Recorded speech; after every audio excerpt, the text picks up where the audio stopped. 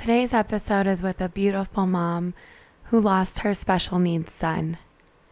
She talks about her grief journey, which actually started before he even passed away when he was diagnosed with brain trauma at birth. And she's very candid about the anger she felt towards God after working so hard to help her special needs son, only to lose him. Her grief journey has progressed over the last 2 years, and she shares how she's found ways to keep moving forward now.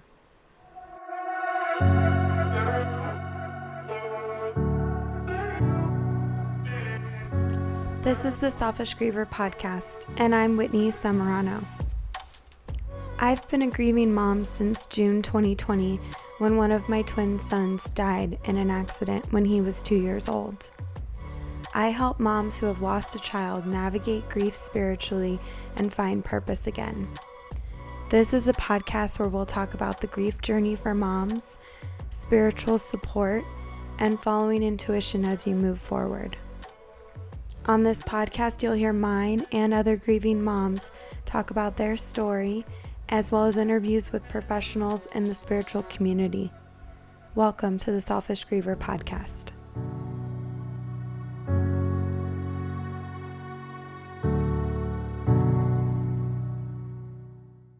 Well, welcome back to the Selfish Griever podcast, and this is my first ever interview with a grieving mom that I met at a grief conference last August, Lianne Dixon, and she just had such a beautiful story, and we connected on so many levels that I wanted to invite her on here to share a little about herself and her grief journey.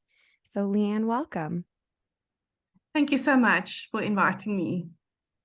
So Lianne, can you tell me about your child that passed away, maybe their name and how old they were when they passed away and how long ago that was?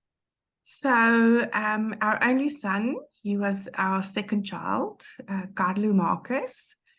He was born prematurely, 8 weeks premature, but luckily he was 2 kilograms. And when he was 9 days old, they discovered that I had some virus or illness, infection, while I was expecting him, and we didn't know that. And it turned out to be toxoplasmosis.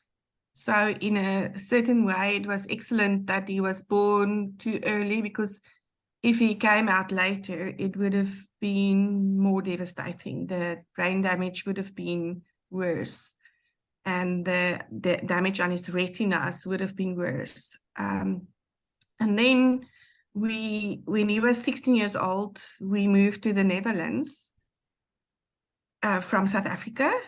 So for a few reasons, and also the children and I had Dutch passports. And when he was 15, he got his Dutch passport and he said, "I'm now a Holland boy, I want to move to Holland." And I thought that's such a brilliant idea, because I have to have better care for him for one day when I'm not there anymore. And here in the Netherlands, they've got excellent care for people like him. And I knew he would be fine, and there was more peace of mind. And also for my husband, for a new career. And our daughter, she was then 19. She's 3 years older than Carlo. And and she started with university. So it was just the right time for us, and all the doors went open. And we were here for 7 months. And he suddenly, he had an upflare of the toxoplasmosis. And they said it would never happen. Nobody warned me that puberty could be a dangerous time for him. And he was on medication. And he was on medication for a week, and he passed away in his sleep one night. So it was like the carpet under my feet. Like, how was this supposed to happen? Because we had future expectations, especially with him, for him. And he was so excited to be here. He loved every moment. And he would often say to me, "Mom, thank you for bringing me to the Netherlands. The Netherlands is so beautiful." He was just so happy. Everything just worked out. And then he went. What I realized was he was like 7 months in my tummy, and he was born too early. And he was 7 months in the Netherlands, and he died too early. Yeah. And how long ago was this? He was 16 years and 8 months and 8 days old. So that's also, I was looking for the spiritual meaning of all the numbers as well. And it was October 2020, that horrid year, that absolute horrid year that, took so many people. And I think, especially frail people, like he was maybe a frail one with a predisposition. Maybe it was just a side effect. We didn't have COVID as yet then, but we were in contact with somebody. And the autopsy, they didn't look for antibodies. They looked if he had it at the time of death, but they didn't look for antibodies to see what was the cause of the upflare of the toxoplasmosis.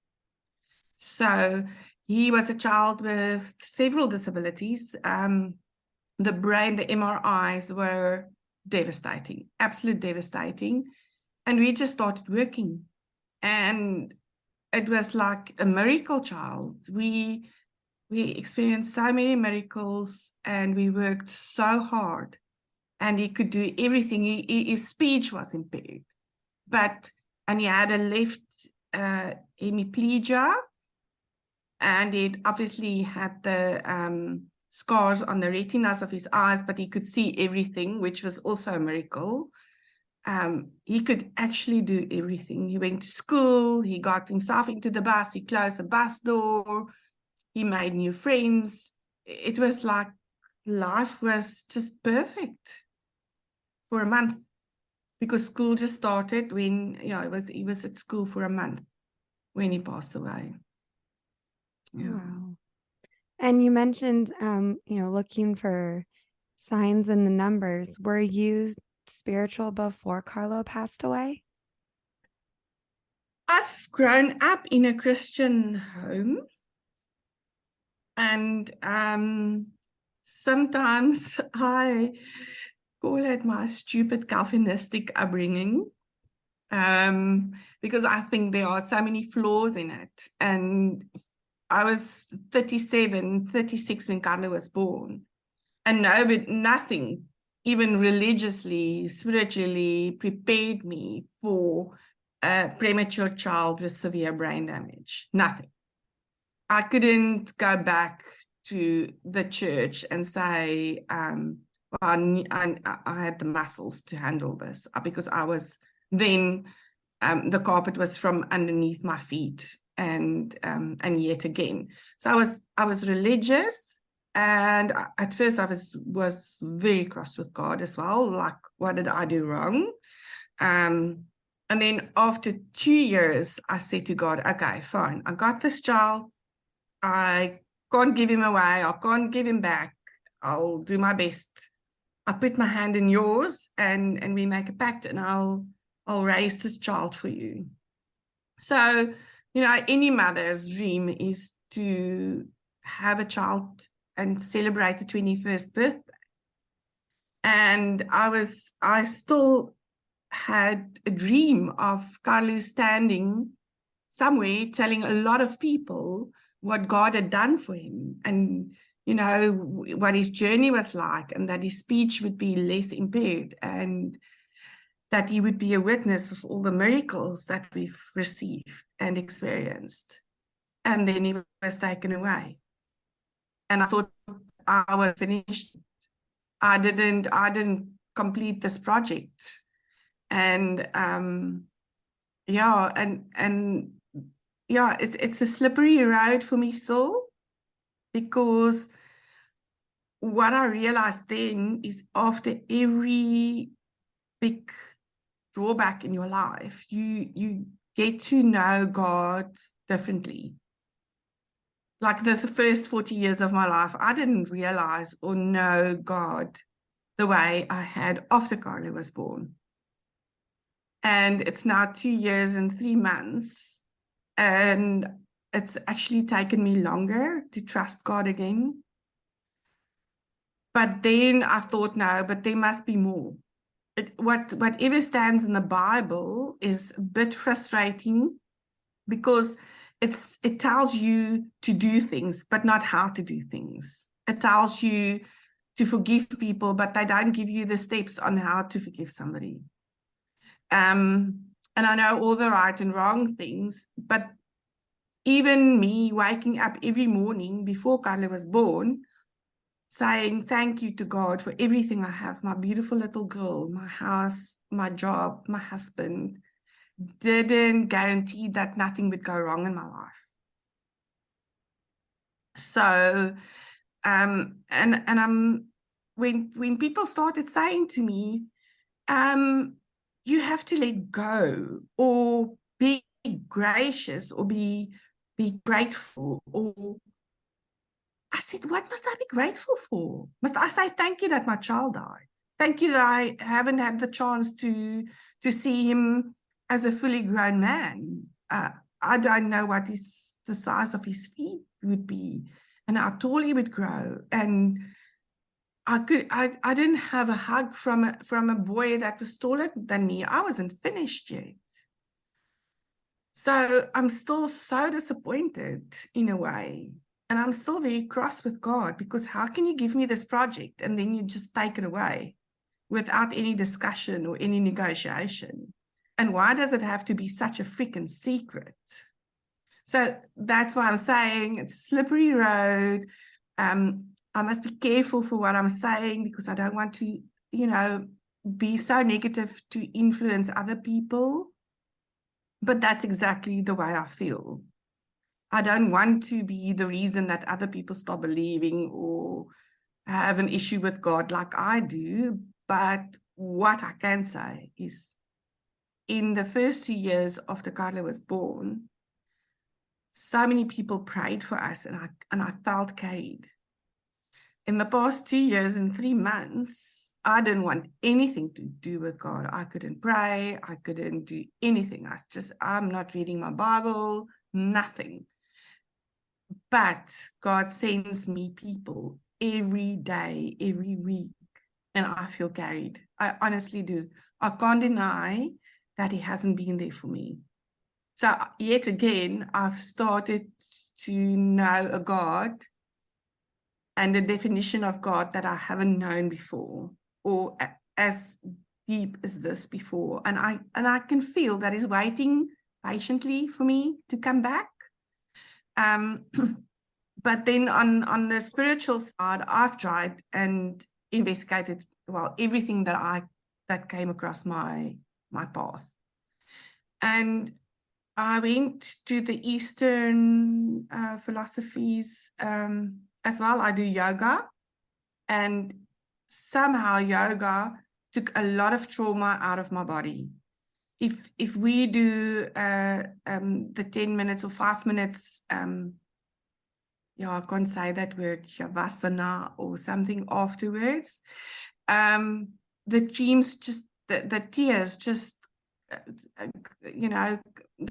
just burst out and cry for a little bit. And I can't say why or whatever, but it goes so deep. And the body keeps the score, because it was so traumatic. When I found him, I was supposed to give him his medicine early that morning. And I woke up, and where you would usually wake up from the passage light that I would switch on, he would normally start, rolling around and say, oh, he doesn't want the medicine and all that. And I thought, you know what, you are so quiet. And then I saw him lying differently. And then I realized, but he's dead. And he was dead for hours. And that I didn't even hear or sense that my mother instinct wasn't awake. It was, and that trauma of coming onto him, and he was like 5-6 hours dead. He was already in rigor mortis. I couldn't even give him a hug. And that was a little body that I spent more time with than you would do with a neurotypical child. So I knew every little hair on his body, his little toes and fingers and everything. I couldn't even give him a hug. So, and what also happened was it's COVID time, and you're sitting in a strange country, and you can't speak the language, although my native first language is Afrikaans, which is close to Dutch. If you are in your grieving brain, there is no way that your brain can speak another language or even try to. So I found it hard to find somebody to talk to.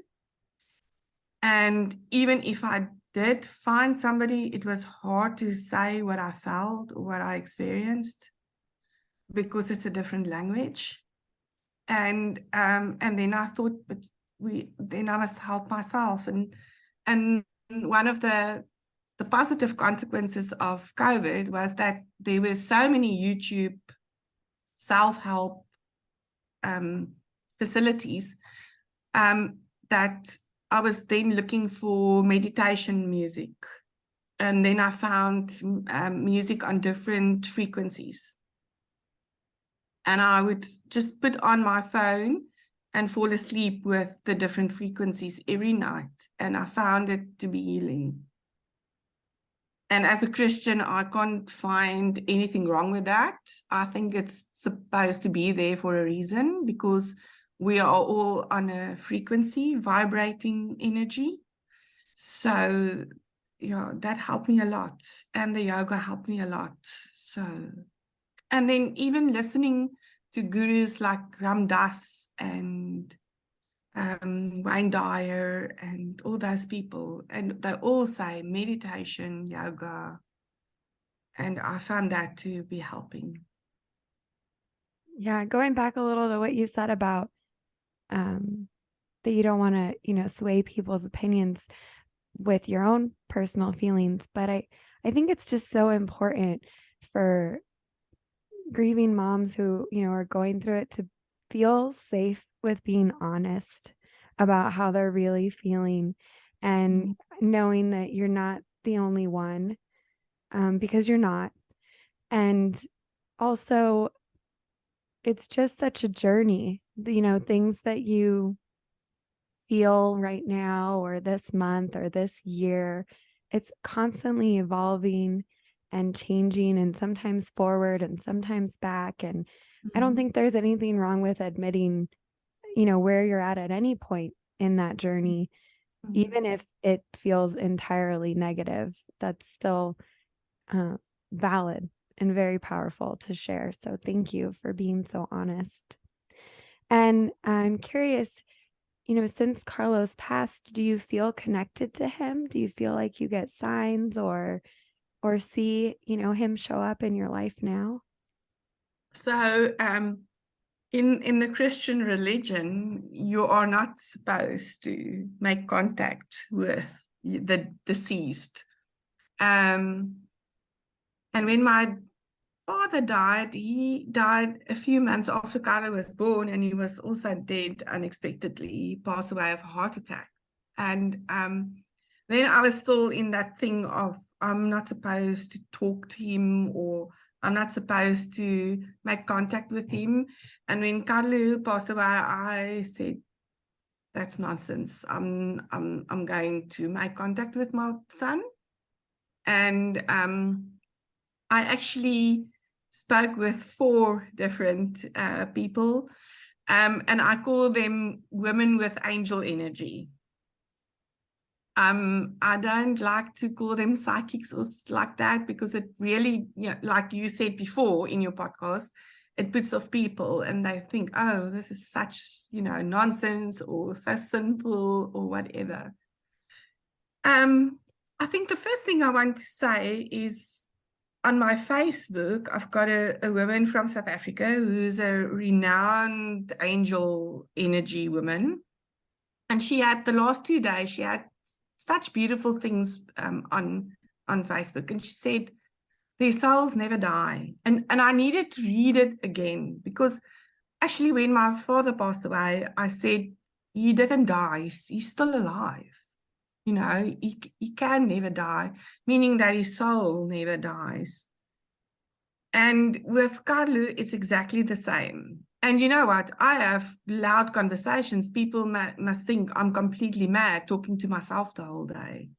But I don't mind, because I'm actually talking to Carlo, and I can feel, I know him so well that I can sense and feel how he directs me of doing this or going there or whatever. So last Saturday was his 19th birthday.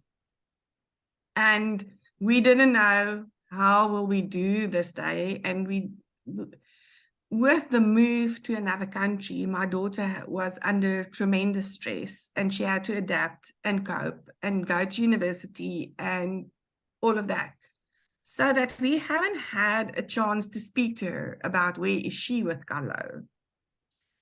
I'm too scared to rattle her boat. And then she hasn't got the energy to carry on with her studies or whatever. So we're very tiptoeing around the topic. But when I said to her, we want to go eat out for Carla's birthday, are you available? She said yes. And then my husband and I just knew where we would wanted to go, because we were there once with him, this restaurant, and we all three, it was without John at that time, but we all three loved it so much, and it was such a beautiful memory with Carlo that we just knew, okay, this is where we're going. In the beginning, he sent me so many feathers, baby, tiny little feathers. And then the feathers became bigger. And then one day I was very ashamed. And there was a minister from the church. She did his funeral. And she would walk with me like 1 or 2 kilometers every Monday, trying to console me and be there for me. And the one day I was so negative, and I said to her, I'm not interested in freaking feathers and butterflies. I want my boy back. I just want my previous life back. But there was a beautiful butterfly twice.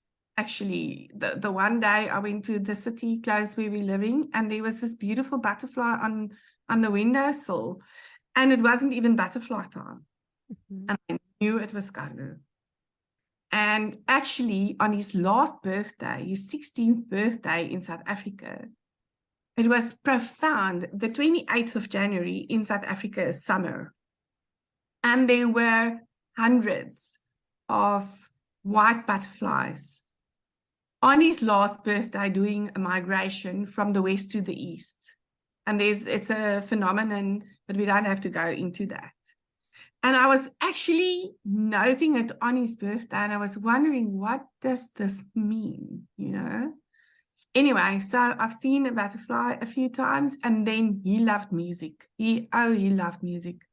Even with his disabilities, whatever people would say, his cognitive impairment or whatever, he had over 2,000 songs on his iPad.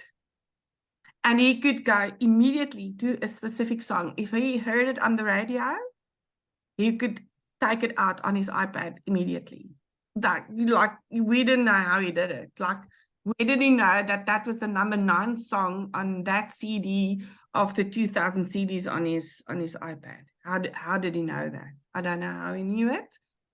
And even if he heard a version of a song that wasn't like the original, he would give his commentary on it and take out his iPad and say, well, this is the better one. So, but anyway, so he loved his music. And then every day on this Dutch radio station, there are songs that he plays for me the whole day. And I've actually made a Spotify list for him, Carlo's playlist. That's beautiful. I would Shazam the song because I wasn't that glued up. And then I would Shazam it, and then I send it to his profile on WhatsApp because he had his phone.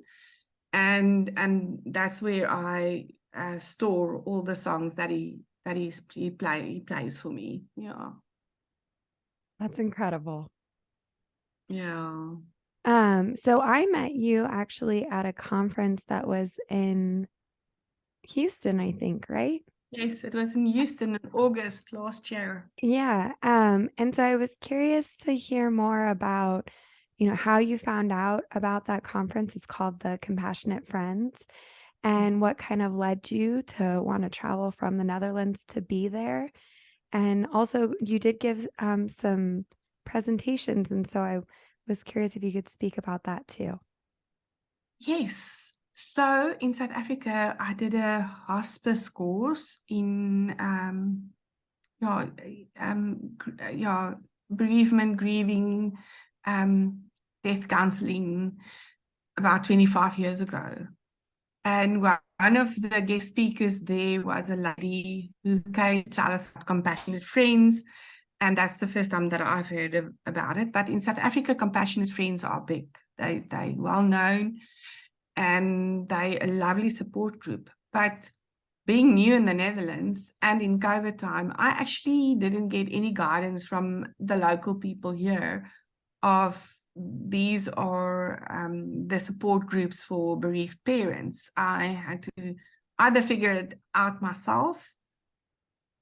Yeah, and then one evening, I was just so desperate to be able to speak to somebody or to connect to somebody that I Googled Compassionate Friends, and then I wrote myself into the newsletter of the American Compassionate Friends.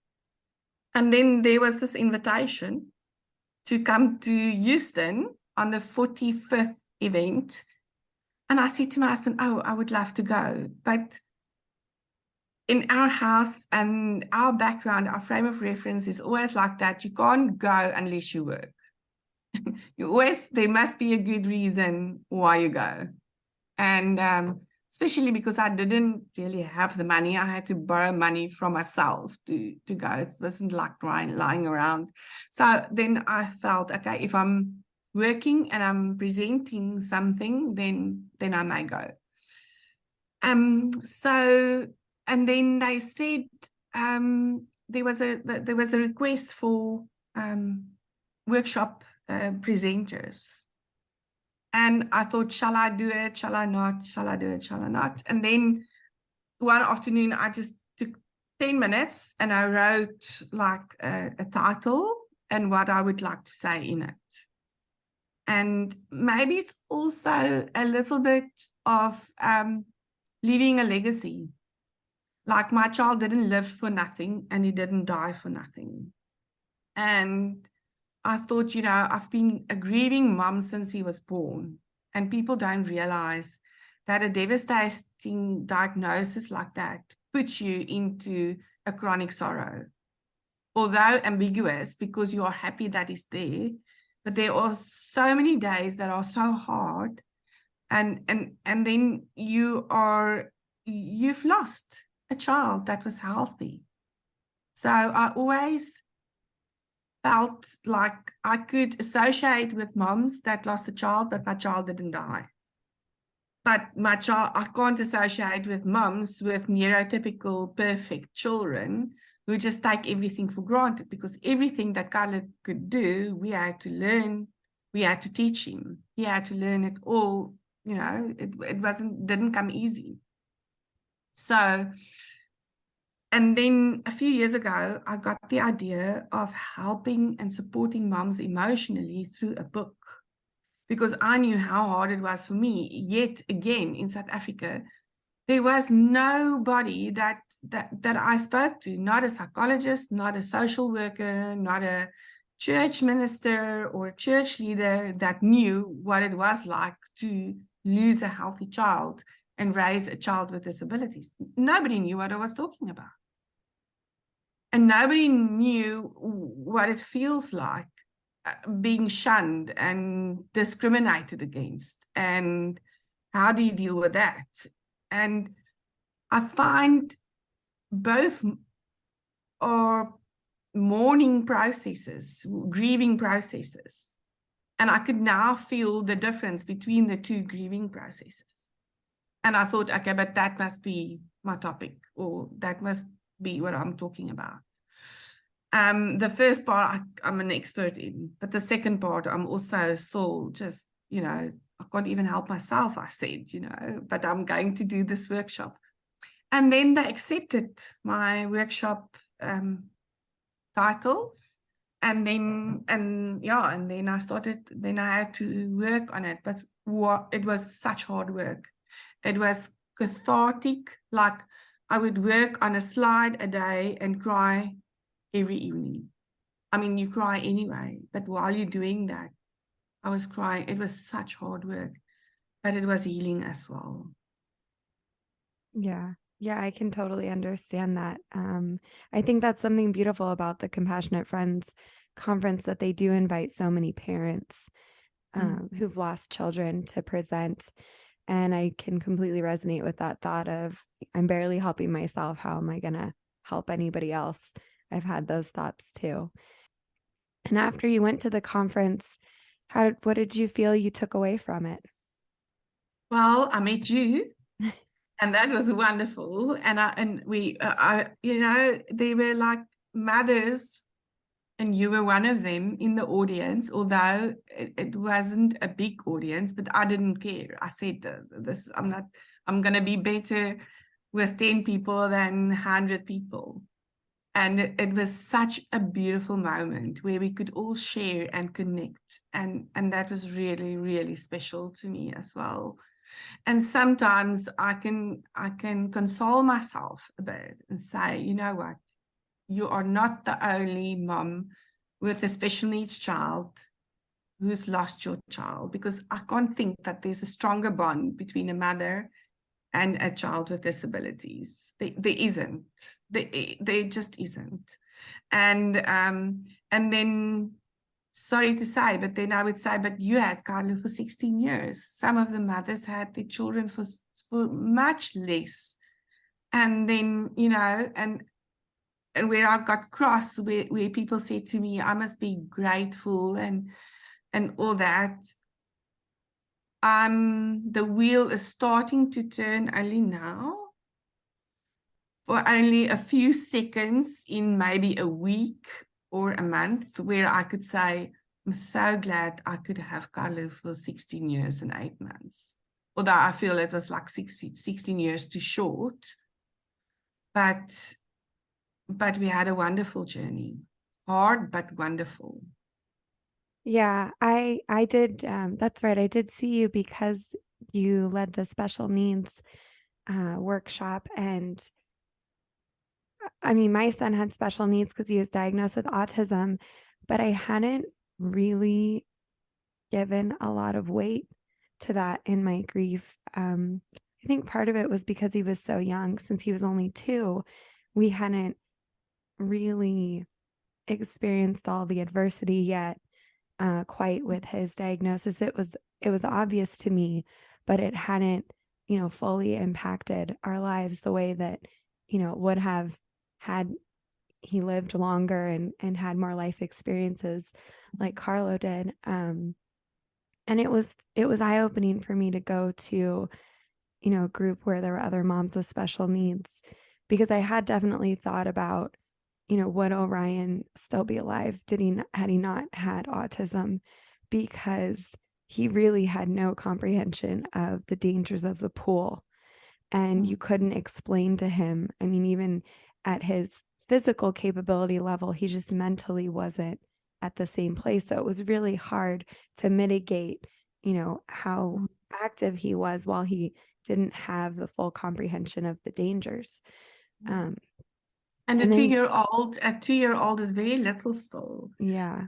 Run around, they can do all kinds of things, but really 2 years old is small. It's little for a little brain to understand many things still. Mm-hmm. Yeah. And sitting in that room with other parents who had been through so much, listening to your story and other moms who had fought so hard for their kids and done everything they could to help them have all the advantages that were possible for them.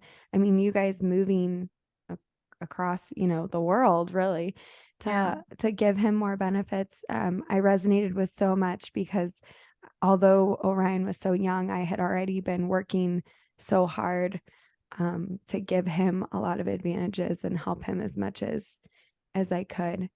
And that is definitely a different type of journey.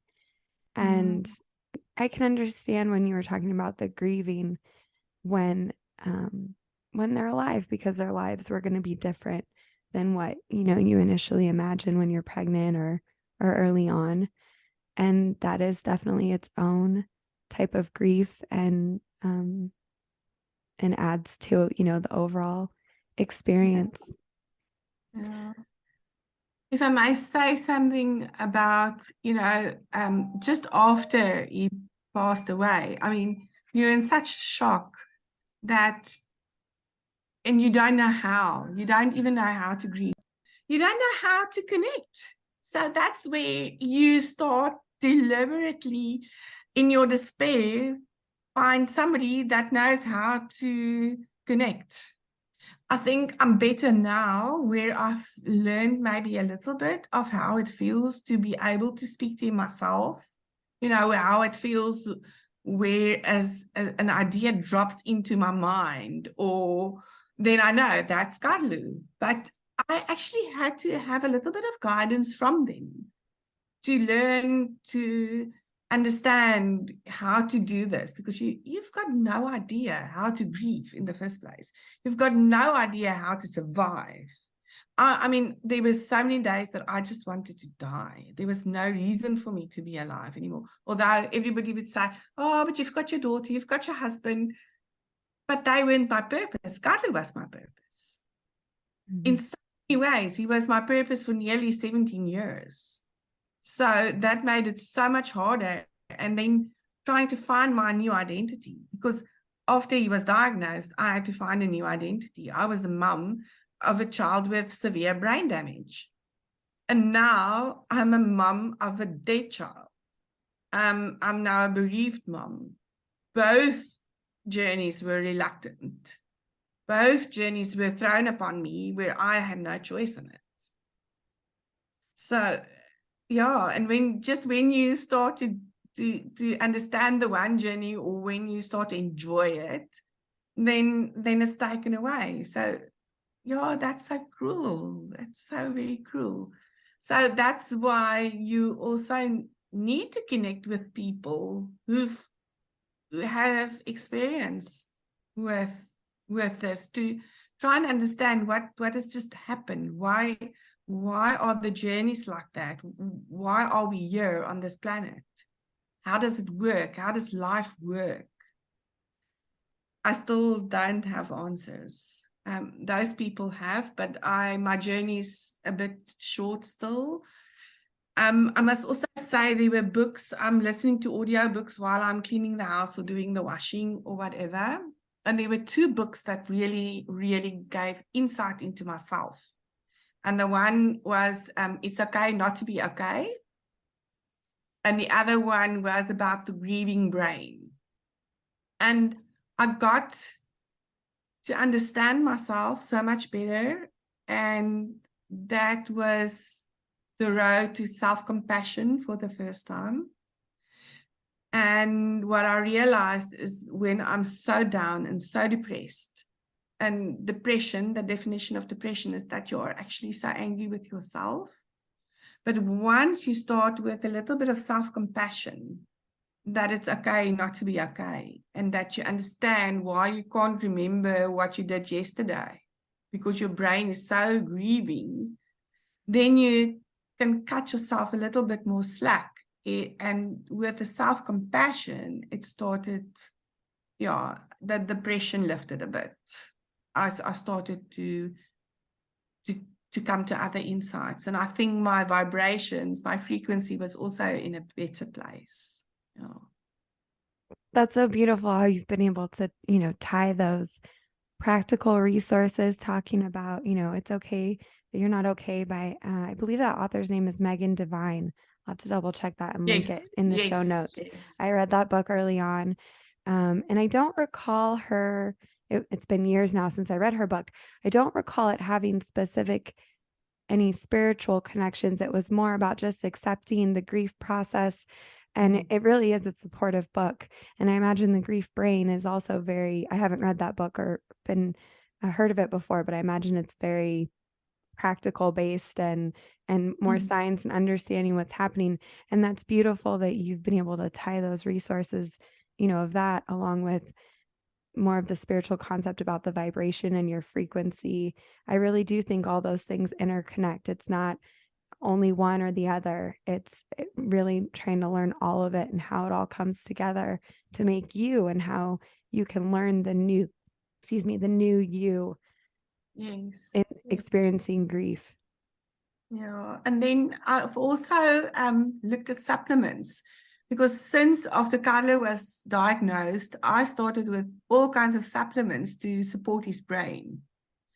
And actually, everything that I've learned then, I could now give my grieving brain. And I've learned about some more supplements that actually help me a bit. So I'm not sure whether we are able or allowed to speak about that. Yeah, But, I think if you have something you want to share that's helped you. Yeah. Okay. So I always propagate folic acid and omega-3s and magnesium and zinc and selenium and vitamin D. That's what you should take every day anyway to support your brain. And now these days everybody are talking about Alzheimer's, and then sometimes I would think everybody's discriminating against people with brain damage, but one day they're going to be brain damaged anyway, because they're also going to get old and get Alzheimer's. So that's just the nasty bit in me, because you get so fed up with people discriminating against people who are different. Anyway, but at one stage we are all going to get old, and we are all going to have brains or consequences of brains that we didn't look after well. So we might as well start now. So that's the one thing. And then I found supplements, mushroom supplements, and that sounds psychedelic, but it's not psychedelic. You can actually buy it completely fine. And I got lion's mane, and for the first time I could feel my grieving brain coming into order, and I got a little bit more motivated. I could get out of bed in the morning, because I could never get out of bed. Like 10:30 would be my time of getting out of bed, and then I would be so unhappy with myself because I'm so useless and I didn't get anything done, and what's wrong with you, and you're so harsh on yourself, while it's actually natural for you to be in that stage, in that grieving process stage. Your body aches so much that you can't do anything anyway. And then I realized, if I do only one thing in a day more than I did yesterday, like unpacking the dishwasher, then I was proud of myself. Or if I had only one bundle of washing done, I was proud of myself. So I see that, and I can think that lion mane wouldn't work for everybody, but I could take one supplement, one capsule in a week, where they on the prescription on the little box, and you can buy it online over the counter, sort of thing, just like vitamin C or vitamin D. It says you may take 2 or 3 a day, but I couldn't. I took one, and I could feel, okay, I'm feeling completely different. I couldn't sleep the first few nights. You have a few strange dreams, but the benefit of that was really, I could drop my antidepressant and rather go with that, because I feel so much better. Yeah. Wow, that's incredible. Where did you find the information about the lion's mane? Was there a particular resource, or you just researched all over? I think it's my friend. She's been excellent. She was in this strange country. We both from South Africa, And she's a pharmacist. She's a qualified pharmacist. So she reads up a lot of things. And I don't know how I can't remember how we got onto it. But I feel that is so profound on the spiritual journey, where the right thing comes on your path on the right time, in the right place. That really esoteric thing of you just sometimes, you're just a passenger on this journey, and the right things happen at the right time for you. It's so profound just to look back a bit and see how you've been carried, or what has come across your way to support you, or who's come across your way to support you. Yes. Yeah, I agree with that 100%. There have been so many times on this journey that somebody has said to me, oh, how did you find that book or find that person or that resource? And I honestly can't remember, because it wasn't me consciously making this decision that I was going to look for that book next or find that resource. It just is this natural progression of things coming together. And I totally agree with you. It is guided by a higher power that I couldn't. Absolutely. I mean, I didn't even know the benefits that I was going to get. So there's no way I could have premeditated or planned in advance to find that. It's really incredible. Absolutely. Yeah. It's like one of the guys I listened to, I can't remember his name now, and he just says that the universe is actually looking after you. And I thought, but you're talking bullshit, because if the universe was talking or looking after me, it wouldn't have taken my child. But there's a bigger spiritual meaning that I haven't really grappled or have come across. But I'm buckling up for the rest of this journey. I'm curious to see where it's taking me. Yeah. It is interesting to see when you live through something that was so unexpected, unpredictable. It really changes your whole view for what your future could be like, because you realize, things do happen and they could happen again, of a different nature, but something else that's totally unexpected, and it just gives you a completely different outlook Yes. and awareness for what could come. And I think the older you get, the more of those things are going to happen. Mm-hmm. Yeah. So we might as well build muscles now.